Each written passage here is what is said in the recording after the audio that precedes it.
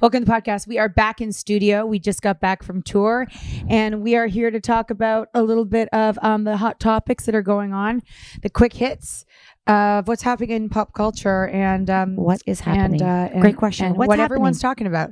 You know, a funny thing is that our tour manager Noah. Yeah. It's like he knows it all. He's so up to speed with pop culture. Yep. And you'll say something just about like something you saw on TikTok or Instagram or someone was talking about it. He's always like, what? And he knows every reality show. He knows all the reality characters. He knows what's happening in Hollywood. He doesn't skip a beat. Plus, he knows everything about sports. If you guys have not seen the viral clip of Taylor Swift and Travis Kelce making out after her show, the Argentina concert, two things. Number one, I was so confused how he could leave training or like football to go and to Argentina and watch. Because you're going to have to deal with, because we feel like athletes, they're like coddled. So if you're going to go to Argentina, you're going to have a time change. You're going to have flights. I mean, how can you miss practice? I know, but I mean, on top of it. And then he was like, he does not do all that. The bye week? It's a bye week. They get it off in November. So in case you didn't know about football, which I'm sure all of you do, and you're like idiots, we all know it's a bye week. So he was allowed to go wherever you want for the week off. You can go anywhere you want. He said you can do anything. So 18 weeks of season, you get 1 week off. So I guess he went to Argentina. So Nat and I are obviously watching the kiss like every other person in the world on the internet. And then we go on TikTok. And someone dissected why we're all obsessed with this relationship. And it's kind of sad.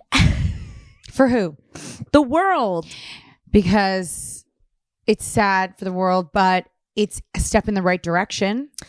Yeah. I mean, but everyone has to change. Women have to change expectations. Men have to change behavior. Like a huge shift needs to happen for the reality of everyone else in the world having that kind of a relationship. And this was also an opinion of a TikToker. So like it was not a forensic psychologist who does this for life. It was a TikToker who just had an opinion, and the opinion made sense to me, maybe to you. And the opinion was that the standard for men, and listen, we're not dating men, so I don't know if they're under the age of 70, so we don't really know what it's like to date young men these days. And we can look into it for you, though. She was saying the standard for men is so low that women are kind of like over it, which we've heard the narrative of women being so sick of men just being like the bare minimum is like, oh my God. Yeah. So, and apparently because, we ask people because we don't date online. Well, I guess if you listened to a few weeks ago, we do date online, but that's between us. That it's a shit show out there. It's really bad. Like when you ask, how is dating going? They're like, it's really bad. Yeah. And I guess Tinder and Bumble and all of these dating apps have made sex normal, just like sex. So you don't even have to work for it anymore. You don't even have to have a standard. You can just show up and fuck and leave. Like there is no So you really don't, unless you have a lot of conversation. When you show up for your first date, like you don't even know what he's expecting or what you are expecting at all. So everyone's saying the way Travis is treating Taylor is a new standard, and women are so desperate for it. If they're dating men, that it's so sad that a man who shows up and is excited to see his girlfriend and smiling and proud of her and supporting her and going to her concert and being on the field, being like, that's my woman. And he pursued her in a really, really romantic way. The first time he tried to get to her, he gave her a bracelet. I heard that's a lie. Well, I mean, it's all part of the story. I heard everything could be a lie. I heard they've been together for a year. I had someone tell me that they think the first time they actually ever had a date was when she came to his concert that time when he was wearing that jeanish outfit. And that's the first time they actually met. So TikTok did some deep diving. A year ago on the podcast, the Kelce's podcast, they do this ad and they're talking about something, and then they throw Taylor Swift's name in there as part of the ad. Then you cut to Travis's face and he's kind of like this, and Taylor Swift says something, okay?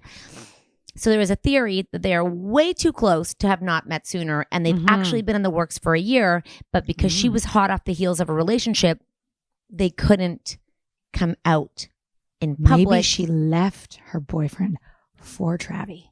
Maybe that's true. I would love that. Because they were together for 7 years, her last boyfriend and her. 7 years. And then over. You know, it's so funny. They do all like this interviewing on Travis's ex-girlfriends and all of that.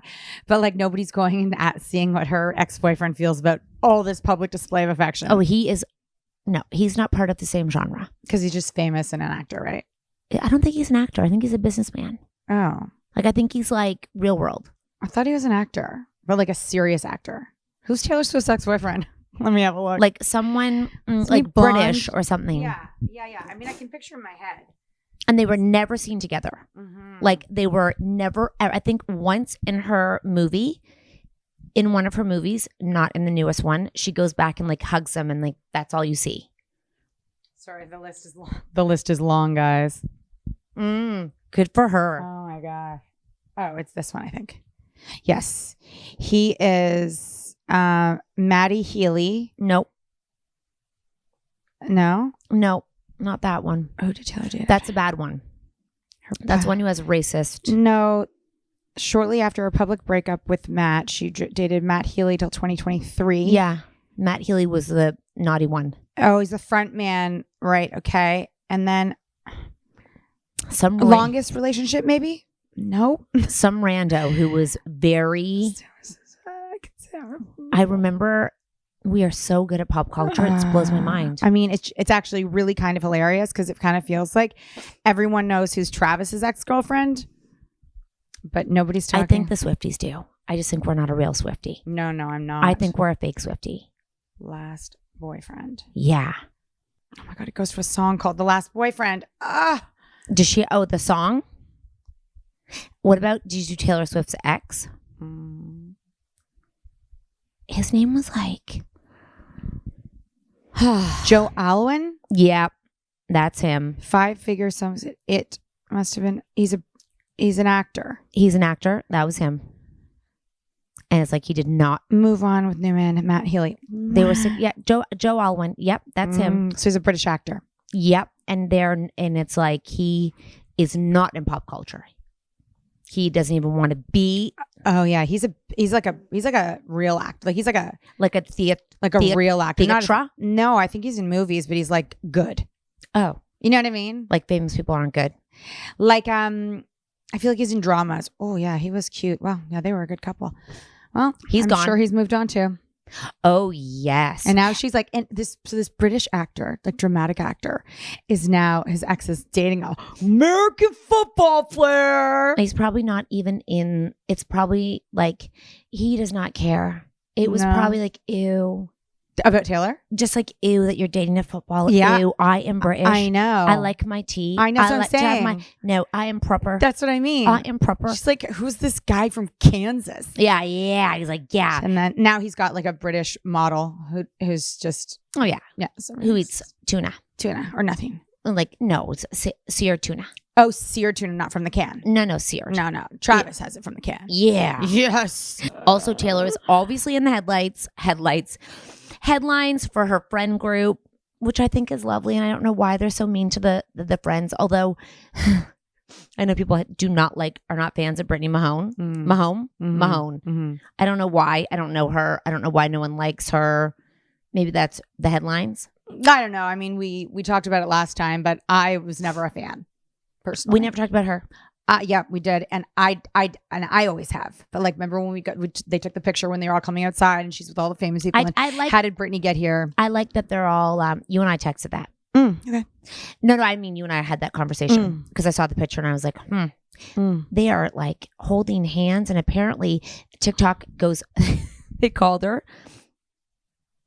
I wasn't a fan of her or Patrick Holmes' brother. TikTok is like, give her a round of applause for the comeback of the year. They called her like the comeback of the year because no one liked her. And now she is, well, fuck all of you. Look at me. And like you said, now she gets to go out, leave the kids behind, gets to live her life. I actually like that Taylor is so encompassing of people in her life because she's just so nice. if you're going to be on a football team, and she was out with all the wives, like they were all together. Yeah. I'm like, I love that. I love that if you're going to be part of it, you're not too cool to hang out with people who aren't as famous as you, because the team is a culture. And I love that she's like, yeah, I'll hang out with all of you. I have a life, but you know what? I'll be part of your life too.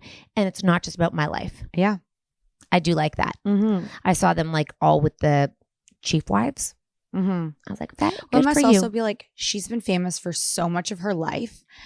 Since she was like a kid, you know, you're kind of like, it's not like she's new fame. So she's like, not like still like drowning in her fame. It's like when I saw JoJo Siwa talking on the show that she's on, just about like her life. And she's like, I've never known what's like. Is it a new podcast? Well, I heard it on all my podcast ads. So there's a clip where she's talking to, because the show is called like, along the lines of like Armed Forces, where a lot of like, there are like D-list actors that go on the show. Dwight Howard was on it, and JoJo C was on it, and I think Britney Spears' sister was on it. Or they go into the army. They go into the desert and become in the army. Well, they just do really, really hard things, and they're trained by like scary armed people. So the clip that was going around is the two like trainers are sitting across, and they look like they're interrogating her. I'm like, what is going on with JoJo Siwa? And basically, she's there sitting like being like, I'm so insecure, and they're like, what are you insecure about? And then she was like, my whole life has been online. Every single thing in my life has always been critiqued, and I have no idea what it's like to not be like that. It's kind of like Taylor. She was so young when she first started that like JoJo doesn't seem to care about fame anymore either. You know, I feel like it's also like Miley Cyrus. She does have a podcast coming out and is on a TV show. Who? JoJo? Yep. Yeah. What else? You know, like gotta just keep going. But now she's like, so she doesn't like try. Oh yeah. You know what I mean? Yeah. I feel like Miley's like that too. Just like, oh, fucking care. I'm so tired of being famous. I've been famous. I just am now. I don't need to prove anything. I don't care. Yeah, and if I'm not, I'll still be rich for the rest of my life. I'll figure out my shit. But JoJo seems. I hope so. You know, it seems hard. Like something's hard in there, really hard. It would be exhausting having everything you ever wanted, but wanting to always be famous. So you're rich as fuck. You have everything you want, but you need the validation to be famous. Like Armie Hammer. Yeah, that was it. What was what? He had to be famous. I guess he wanted to. He didn't. I mean, he had there was a wealth of money. He could have just worked for them. He just wanted to be an actor really badly. He went to acting classes, acting school, wanted to be an actor, and then he fucking fucked that up by like eating people. Yeah, have you guys seen House of Hammer? I watched it on the plane. Just now? Yeah, maybe I'd watched it before. I didn't remember. Yeah, you did. You told me it's terrible. Don't watch it. I think I watched a different doc on it. And then there was a few different things. I mean, it's not that it's terrible. I would watch it. I can't. You know what made me think? Because Armie Hammer basically he was very like. It's a really depressing feeling watching it. You're like, well, it's confusing too because it's really foreign. Like his behavior and the way how he likes to be sexually with people is you don't know that somebody that seems so normal could be like that. Yeah, and if you guys are like, who's that? His family was a massively wealthy, like tycoon, let's say oil, like in the industry of so much money. And he grew up with so much money, and then he got married and presumed normal, I'm going to say normal wife and kids, and was trying to break into acting. And as he was breaking into acting on the side, you guys might remember him, like he's most known for The Social Network. He was the Austin Hire I have to twins. go watch that. Oh, yeah. And so he played the twins. I wonder if they pulled it. I don't think so. So then he, on the side, is DMing girls saying, I'm single and having multiple relationships. But in the relationships, he is like two personalities. So he starts off like love bombing them. Like literally like you start dating a guy and he's everything perfect. He's everything. He consumes you and he'll call you like 50 times. Yeah. And then he'll show up at your like weird things to be like, it's like professional grooming. Yeah. And then he'll show up at your house when you're not there. And you're like, but I'm not there. This is weird. And he's like, I came to find your scent. That weird to me. Okay. And they were like, something's not right. And then he'd pull you back in, and then he would sexually be really aggressive. But it would take so long to get there. It'd be like normal sex for so long, but then he'd drop hints that he really, really wanted to tie them up. This particular kind of sexual thing where you tie people up throats. Yeah. And it was really it takes away all of your like you can't do anything. Kind of chase them and do not things that they were comfortable doing, but loved him so much that they thought this was normal. And then they kind of left and they'd cry when he left. And then he'd come back and be like, I love you. Really weird. Mind fuck. Sexually, he wanted to like own them, but he didn't want, like, he didn't necessarily like need to be in a relationship with all of them. He wanted to sexually own them. He wanted to like, he's like, I'm a cannibal. I want to eat you. Like, I want to devour you. I want you to be all mine. He wanted to hurt them. But in a way, they thought it was sexual. He's like, I want to hurt you. And they're like, and then this one girl's like, anyways. The crazy thing about it is, and as I was driving to work today, and I told you who crossed my mind, I was like, there is not a chance that there aren't a ton of people who heard his story and are like, I'm like him. 100%. I'm like him. That's what would get me off. I would say those things. I would think those things. He got to do those things. I'm that person. Now he is tried and he's like lost everything, including his wife and his children. Although I think they still have a relationship. Yeah, I think they're doing a good job. Like, she's like, he's a good dad. Yeah, and he never did any of that to her. Apparently, he said he respected his wife too much to do any of that stuff to her. That must have helped the women make them feel really great. You know, I was also thinking a lot of you guys want to know like what TV shows and what series to watch, and I think it's like a really great podcast to talk about it on, because a lot of you don't know what to watch and you don't want to waste your time. So House of Hammer, not for me, but I couldn't finish it, but Nat liked it. But I did just listen to a podcast that I'm not done yet, but I can't wait to finish. And it was, I want to have him on because he goes and interviews it. He does it now, and I think he's getting ready to do the trial. Okay, good. So the podcast, which had me enraptured, like had me engrossed, which is a very hard thing to do with me. 5 hours, you guys, on the plane. I listened and it went by so fast. And I was like, oh my God, what's next? Basically, and Nat says this happens all the time. I'm not a true crime expert, so I don't know these things. And I don't know how these things work. But basically, what he did was, at 8 years old, Kristen Smart, who was a poly-cal, it was a poly in California. Sorry, I thought you said she was in Southern California. She was in a polyamorous. No. It's called poly-cal. Like hold on. What? It's a university, but it's called poly-cal. Oh, okay. And whatever. It's a university in California. Yeah. And it was they called it disappearing in thin air. Okay. And he, at 8 years old, remembers hearing about this girl disappearing, and he doesn't know why it impacted him so much, but it impacted him so majorly that when he grew up, he wasn't a journalist. He wasn't a podcaster. He was nothing. He decided to go back and do a biography on her disappearance and what the fuck happened, because she disappeared in 1995. As of 2019, nothing. And there was always a suspect, and no one could piece it together.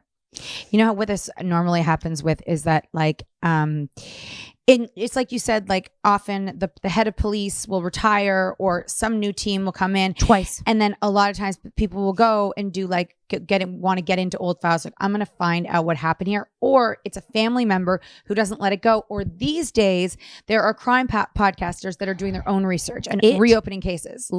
He solved the murder. Because of his podcast, he solved the murder. I'm trying to find which one it is. And the crazy thing is that sometimes when they go back, it's so obvious. But with all the technicalities, things can just get lost if there isn't someone who devotes all their time to finding out the details. It's called Your Own Backyard. That's what it's called. And when you listen to it, when he goes back and like begins to uncover, and like it's kind of a cool podcast, and I don't know how a lot of crime podcasts work, but the reviews are like, this is the best crime podcast I've ever listened to. All the crime that's out there, like I was telling you, I was watching one yesterday. There's crime podcasts and there's crime shows, and there really are levels of production that are really good and then some that are not that good. And the way he goes, like when he walks into the house, it's like you can hear him walking. It's like, hey, and he's recording it, and it's like you can hear the dog barking, and they're like, is this his first podcast? First and only. So he doesn't know anything else on the podcast. This is completely devoted to just this. He only has 5 episodes, and then this ended in 2019. What's his job? I forget what he is, but he has a full-time job. This was just like on the side. And he takes you through the whole thing. And then fast forward in 2022, the suspect is arrested. And now I think he's going back because it says coming soon. There's trailers for 2 other ones. So how many years did he live not being caught? 1995 to 2022. 1995. Well, it'll be 20 years in 2025. So Yeah. like 18 years. This is so crazy. And then you wonder what I always wonder when they got caught, what was their life like for the past, like, could they not live with the guilt? So, or did they get married and have kids and had a normal life? So he doesn't talk about that on the podcast, but what I did realize after I Googled it and found out, and you guys will have to go listen to it because he was a student who had all of the suspicions, and where things got fucked up was at that time, if it happened on campus police were responsible for it, not the other police. So they passed a bill in California to be like, if something happens on campus, you have to get the other police put into it, because they didn't even start investigating her disappearance, I think, for 2 weeks after she after she was gone. And we all know first 48, that's your best chance. So they kept bringing up the news story of her disappearance. Like 2020 did something. So he'd have a job and people would be eating lunch.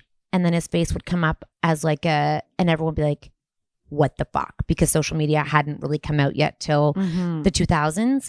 And then he just kept getting fired from jobs because people would begin to hear, people would send letters to where he worked and where he lived, or like if he had rented out a house and been like, turn yourself in. So One of them had a girlfriend. Oh, girlfriend before her. he had a girl. Oh yeah, he had a girlfriend after her. But there was no social media. She didn't have a computer. And when they broke up and she Googled him, when she finally got a computer, like 2 years later, she was like, oh my God. A lot of them would have friendship or like be friends with him and then realize after the fact and get like, be like, I can see he 100% did it. I wonder if these days, because of social media, there's going to end up being less murders because your risk of getting caught is going to be like, they can search everything you've ever said, done, texted, written. Like, are people going to be like the chances are too high to try for the murder, or do murderers just murder? Murderers just are murderers murderers. How about that? Let's ask Matthew McConaughey. I think you'll always be a murderer. I think you're a murderer because you're a predator. He had predator behavior from it wasn't like a reaction. Like he had predator behavior, and he was sexually aggressive to many girls prior to this. So it's like he had a black eye. So it was a sexual assault went wrong. And he got angry. I don't know yet. That's just the assumption. No, let's go. I like to assume. So we know he's guilty. So whatever happened, everyone knew he was guilty, but he never got caught. That's the craziest thing. And they had no evidence to hold him. People will do that. They're like, of course it's the husband. Everyone knew it was the husband. We always knew it was him. We always knew. And then 20, 30 years later, I really liked it too because it wasn't scary. Oh, like it wasn't like ostentatious. Like they didn't try to make the family like they took her story, and it was a really respectful story. Everyone says it wasn't like trying to capitalize, and that's the only reason her family talked to him. It was like more like curious, like what the fuck happened, not to her, but not about like the gruesome details. There was so many missed things. It was bonkers, but it was just really interesting. I wonder, is he still living with his parents in that house when he was caught? Do you know? He was not. He was living alone. Like, what was his life like? And the dad got arrested but got let go. Yeah, those parents, they're the ones that said the thing about the flower bed. They had a flower bed in their backyard after her disappearance with concrete at the size of 3 feet by 6 feet. And they wouldn't let anyone touch it. You could dig up other places, but not that one. And when the guy was originally interviewed, he couldn't be there because he had to go fix something with concrete, he said.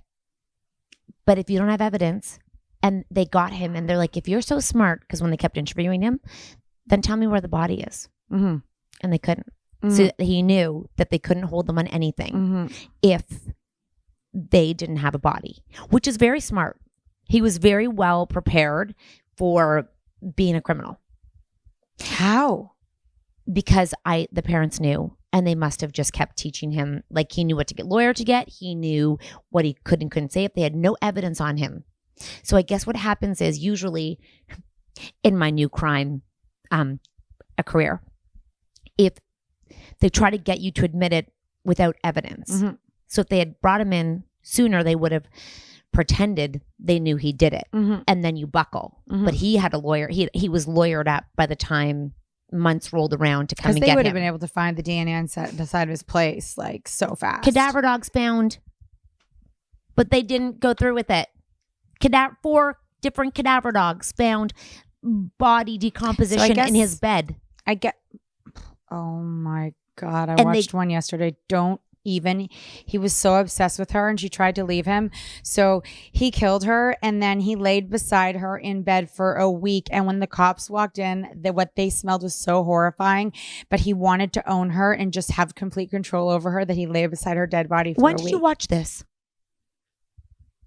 On the plane. I have to tell you guys something. I watched a lot of murder. Every night after the show, we get into bed and Natalie's like this, let's just watch a little crime before I go to bed. I'm like, it like puts me to sleep. I can't, because I cannot listen. People watch a lot of movies that are like, produced, and I was like, oh, that storyline was so amazing. It was so creative. Nothing is crazier than all of the stories of the crimes that happen in our world and the details, and sometimes how clever the criminals actually are. Well, this criminal was not clever. He was just lucky, if you want to call it that. Yeah. He was lucky that it was Memorial Day weekend and no one knew she was missing because there was no cell phones, and she didn't have a scheduled phone call till Sunday, and she didn't really have a best friend on campus. She actually hated school. So no one had tabs on her and there was no cell phones to be like, where are you? If you don't answer back now, you're like, you're dead. Immediately. You're dead if you don't text me back in 5 minutes. Yeah. So super interesting. Anyways, we'll keep bringing you guys. Let us know if you want more, if you like the hot topics and the breakdown, because I always find it so interesting when other people are listening to and watching. Yes. Because everyone's always looking for a good recommendation from someone they trust. 1,000%. And we'll see y'all next week.